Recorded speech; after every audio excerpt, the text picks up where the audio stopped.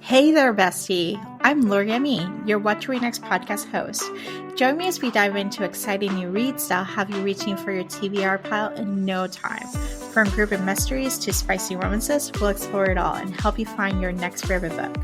So grab a cup of tea, cozy it up, and let's discover some amazing reads together. Hi, Mazey. Welcome to What to Read Next podcast.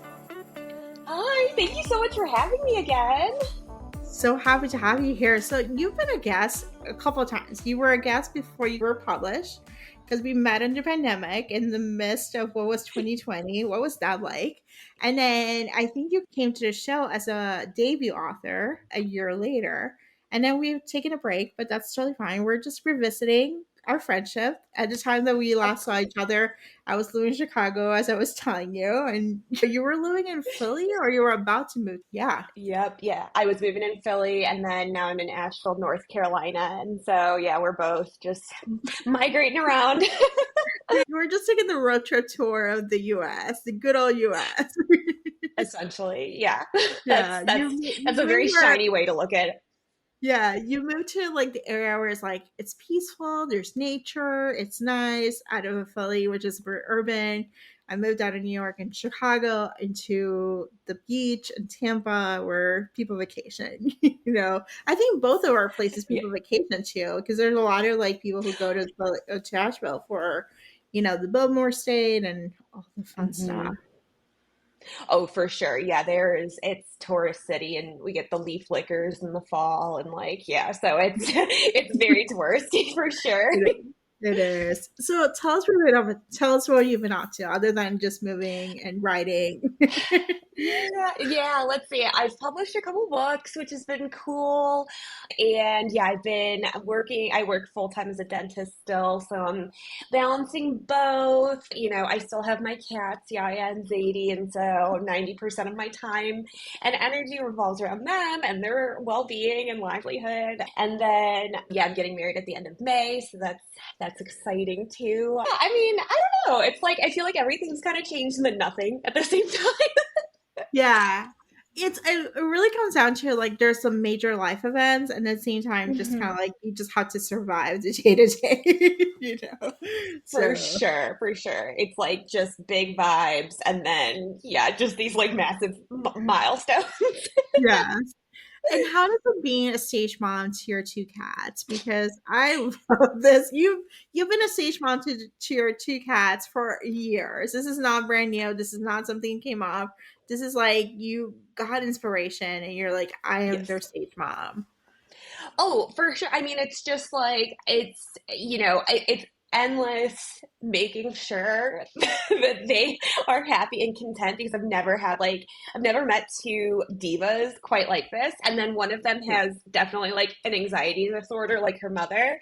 And then the other one has never been burdened with a thought. Like it is just elevator music up there, but yet also mayhem. Like it's like if something can be destroyed, it will be. But then they're just so cute and like so yeah, I can't invest in anything. Oh my God, like when I got engaged, it was like the first day I had my ring and I had set it on the counter to take a shower in like a little dish that I had.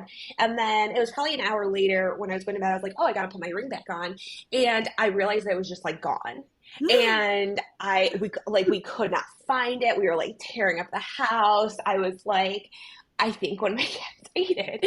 And I was like panicked, so panicked. And then finally we found it like deep under the bed because one of them had like picked it up and was like batting it and like all that shit. I was like, so now I just like don't take my ring off because I'm like, I can't go through that again. Like that shaved years off of my life.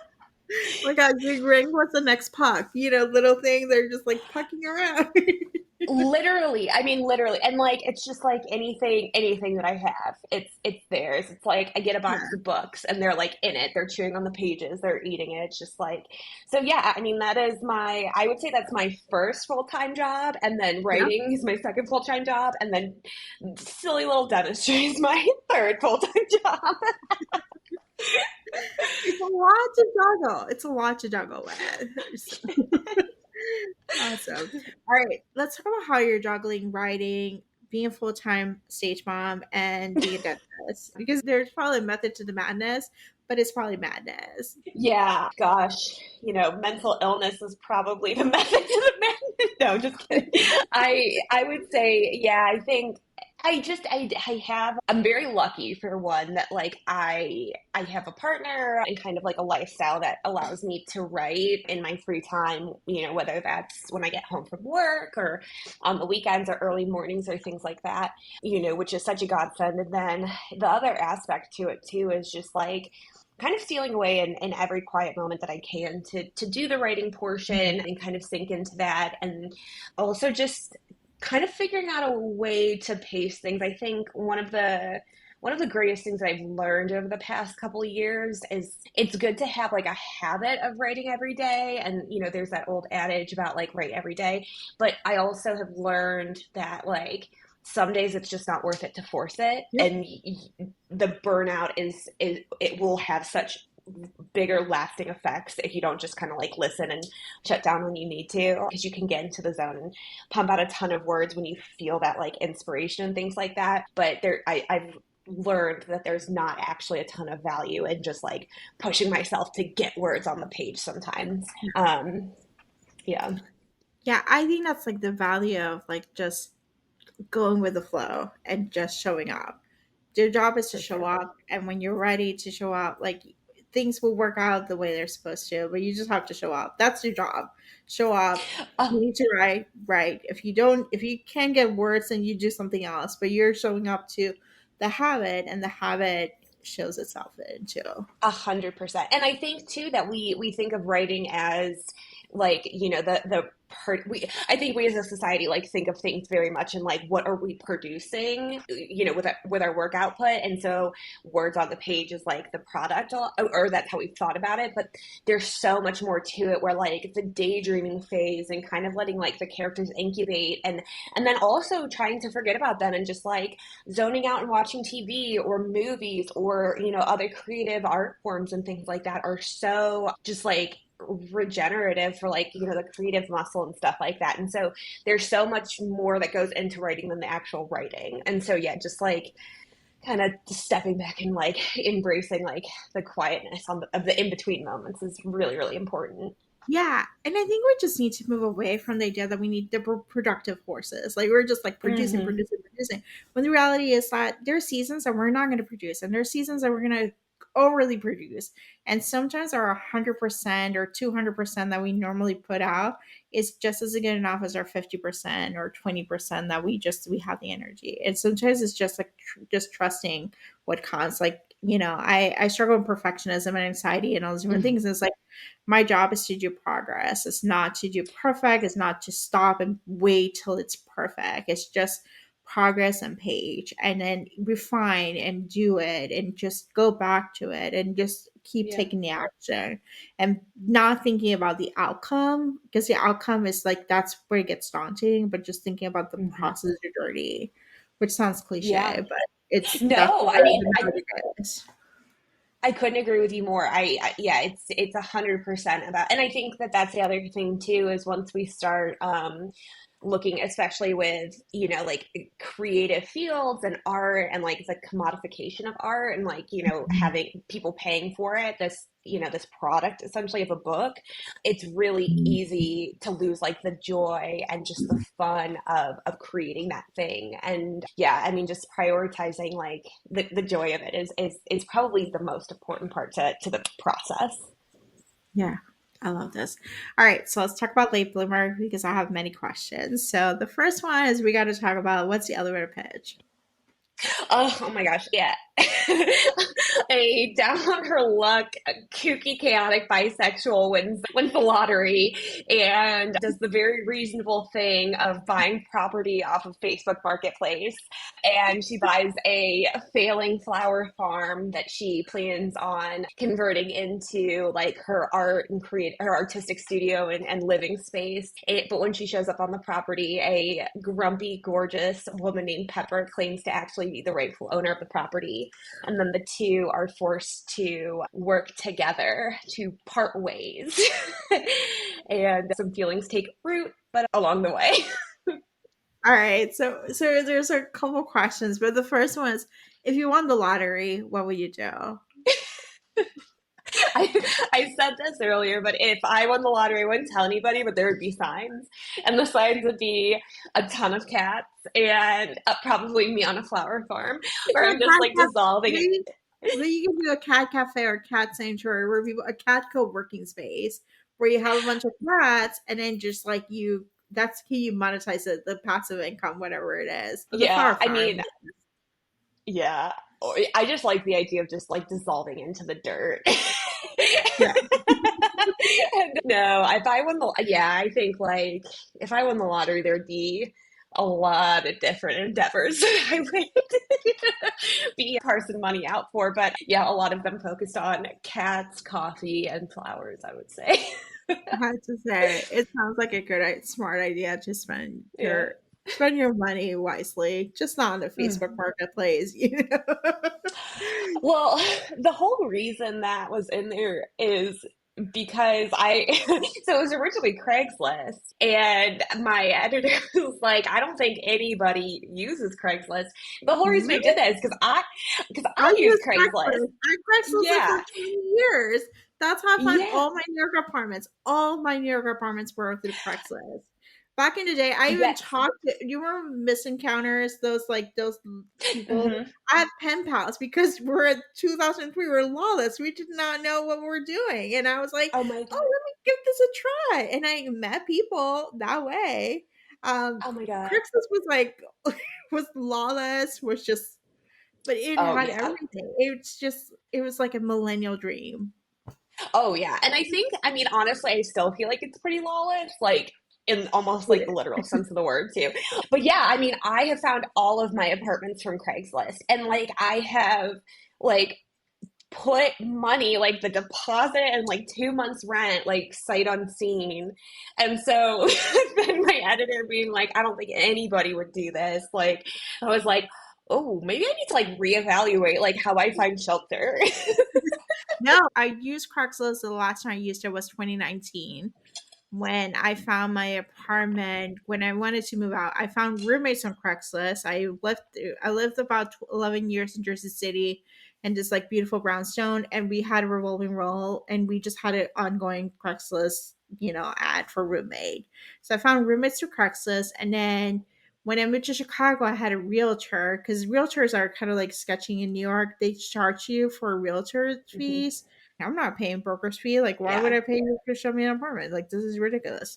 And so Chicago was free, and I was like, well, I'm going to take care of that. And then in Tampa, it's you have to look at apartment complexes and then go see them and try to Okay. compete with them. So it's a little bit different. But for major urban cities, yeah, Craigslist is the way to go. Hell yeah. Yeah. And so, yeah, I don't know about like small rural towns because then again, it does Yeah. kind of get like into deliverance territory. So I can see why that wouldn't work out so much. But yeah, I mean, I was just like, yeah, that's how I've been been doing it and everything. Yeah, and so then I was like thinking about all the ways that could have gone horribly wrong. And Yeah. now we have a late bloomer.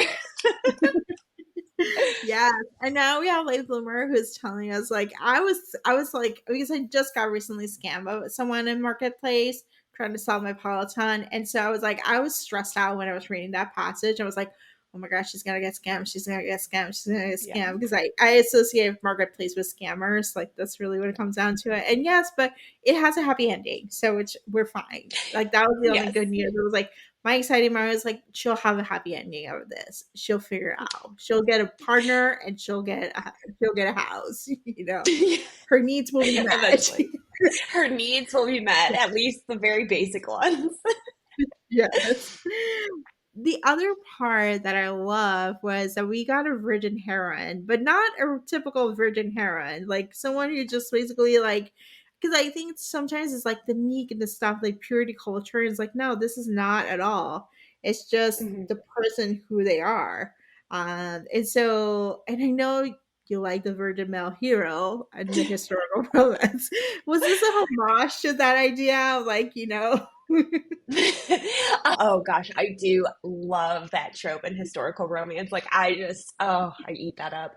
Um, but no, I didn't even think about it in that sense necessarily. Because usually when I do that, I do a lot of nods to like because I cut my teeth Yeah. on historical romance. Like that's how I got into the genre.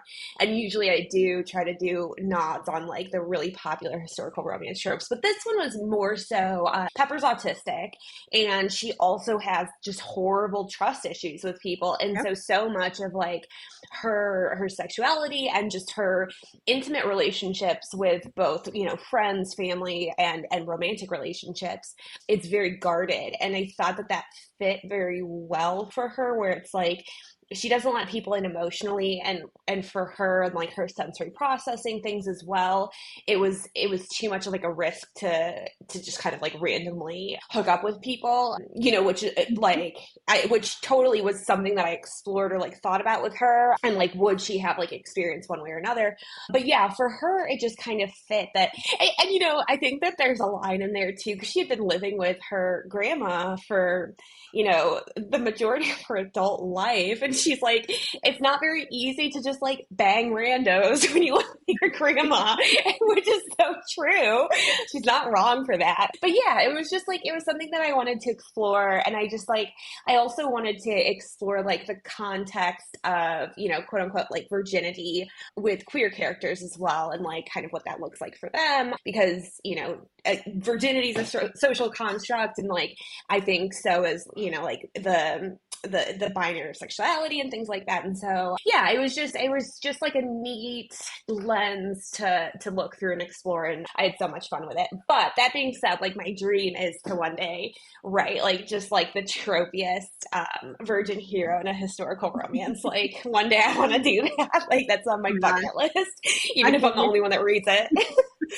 I would read that book for sure. And I can identify with Pepper's trauma. And like in some ways the abandonment, the issue is like the uncertainty, the place of like just being displaced over and over and being like dropped in a place and not having just communicate and having a parent who is not a parent. And a lot of the actions that we take now as an adult, even though we're safe, we're not as we're sabotaging, we're picking things apart, we're not trusting the others. We're doing so a lot of our actions are informed by what happened in the childhood. And so I appreciate sometimes we explore grief and that's like a major plot point, but sometimes we gotta explore bad parents who we're not supposed to have kids, you know? Yeah, like yeah, yeah, like not everyone should be a parent. I know in this world everyone they want to make sure that we're cow cattles and birthing all the time. The reality is yeah. not everyone should be a mother and No, or 100%.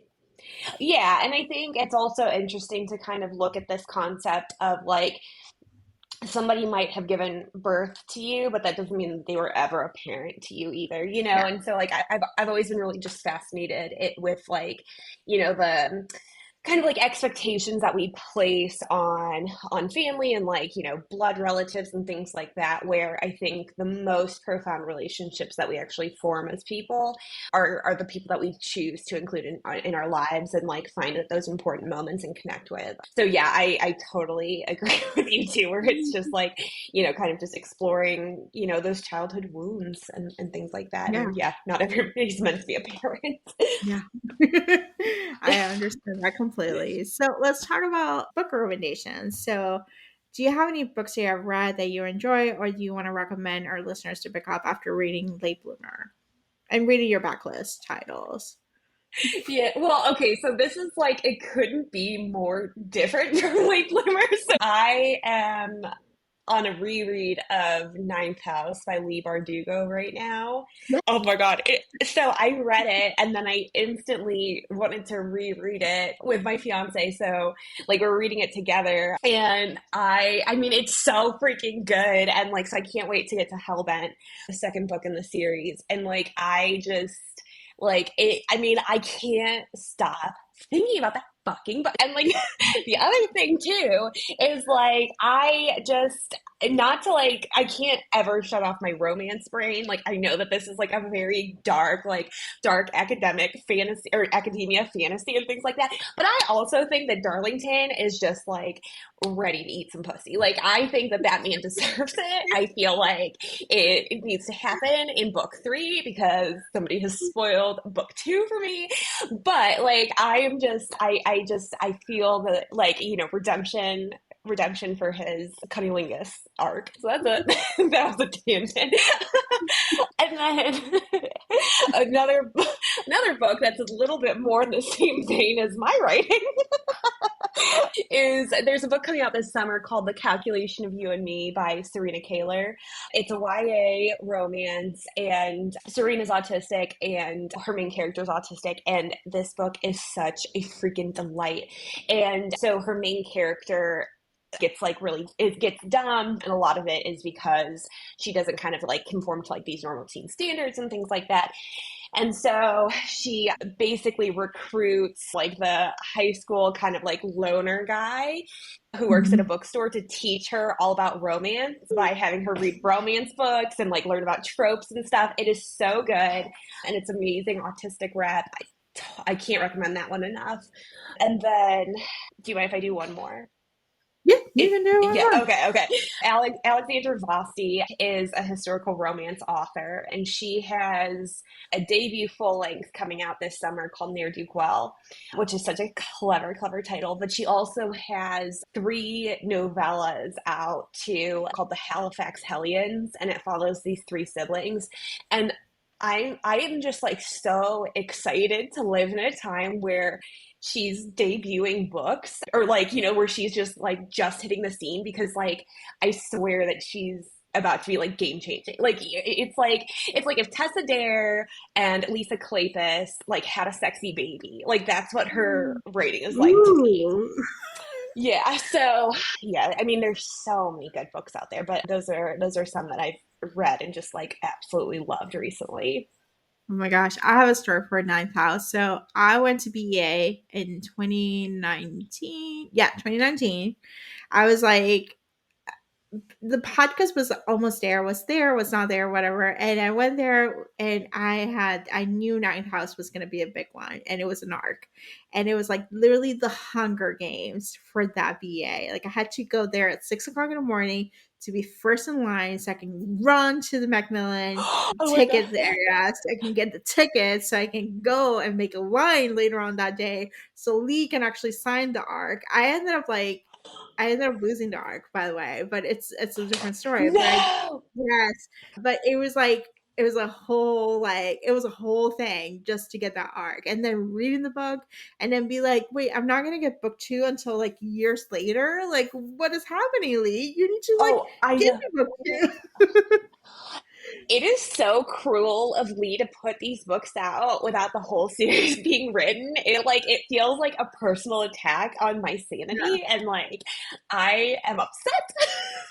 Yes, But I feel I like also and I know at the time Lee was talked about, but I feel like we're not talking enough about Ninth House and Hellbent and the series, or even I know she has a familiar coming in, but like we need to talk more about those. Like I know we got Sarah Day Maas, we got it, I love it and whatever, but we got to talk yeah, about this series because this series is just as please. good. Oh yeah. I mean, yeah, I really I cannot stop thinking that. Like I read the book and then immediately bought a paperback copy, and I've been reading it every night before bed to me and my fiance because I'm just Yeah. like it's so good. Yeah, check the trigger warnings because there's some really big triggers in it. Like Yes. before, just protect your Hmm. safety, protect your health. But it's just Hmm. such a good book. Like I just want Yes. to be Yes. Yale and be in the secret society because that's really what it comes down I to. know. Yale and secret I society. know.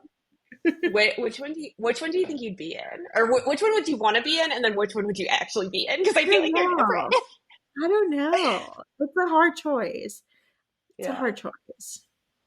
it Like is. I feel like. Oh, go ahead. I feel like Skulls and Bones. I think like it would be like like that's where you want to be. That's a popular one, but Hmm. chances are I'm not gonna be there. Like it's just gonna Yeah. be like the side one and stuff like that. Like it's essentially like the way I compare myself is like I'm probably Gretchen Wiener and like I keep a lot of secrets and I keep a lot of receipts. And this is like in my personal life. I love tea. I love cheesemate. I share with my friends. This is like part of the group chat. And so I'm probably gonna find myself like attached to whatever queen bee is and keep all the receipts for her enemies, Yes. like Yes. make myself indispensable in my world. I love that. Yes, I love that. That's so true. And honestly, I love tea too. I love like innocuous gossip where it's like it's so Yes. far removed from me, and I will there's not a chance that I will ever meet any of these people, and I No. devour it. I cannot get enough of innocuous I tea. feel Like like it's my personal calling, and I grew up in a culture where we call it cheese man. It's like it's a pretty known thing, and it was like not negative connotation. Like it's just part of it. We had like a gossip show like every day, and all this different things. So it was like pretty competitive of it, and like I. In the odds, I used to treat myself to Us Weekly when before social media. I was like Us Weekly was the magazine, and like I mhm. used to be like consuming about it, and it was like I don't like I just consume it. Maybe I have like my group chat and I talk shit about it and that's just part of it. But I'm not doing harm by doing that. Like I enjoy it. It is fine. And so I consider myself curator of good tea and good entertainment to my friends. 100%. And I think that's the best way to frame it too. You're curator of tea. Like that is so like perfect. I love that. Yes. So how about you? Which house do you see yourself? I would love to be in, oh gosh, which one is the one that where like the actual house is like the Nile? Is that Scroll and Key? Yep, I think so. Yeah, that one seems really cool, but I feel like I'm not cool enough to be in that one, so then I would probably just end up in like the St. Elmo where it's like not real, but like it like Yeah. exists, but like it's like very like lame and like nobody really cares about it. They It is like do weather. Yeah, it's like disbanded. They like do weather stuff. I'm like, yeah, that's probably where I'd end up. There we go. Awesome. Okay, Macy, tell us where we can find you online. Oh, where can you find me online? Okay, Eddings.com. That better work too because I have been battling with my website. So hopefully that's correct. Yeah. And then I'm Mazey Eddings on Instagram and my gosh, I can't even think of any other. Oh, TikTok. It's at Foxy Grandpa 27. And then also I have a newsletter, which is another good spot to find me. Thank you, Macy, for being on the show. Thank you for having me. This was so fun. Thanks for joining me on this episode of the Watch Read Next podcast. If you enjoy our bookish conversations and want more recommendations, don't forget to subscribe so you never miss an episode. Also, head on over to the Watch Read Next blog for a list of books mentioned in today's show. Happy reading!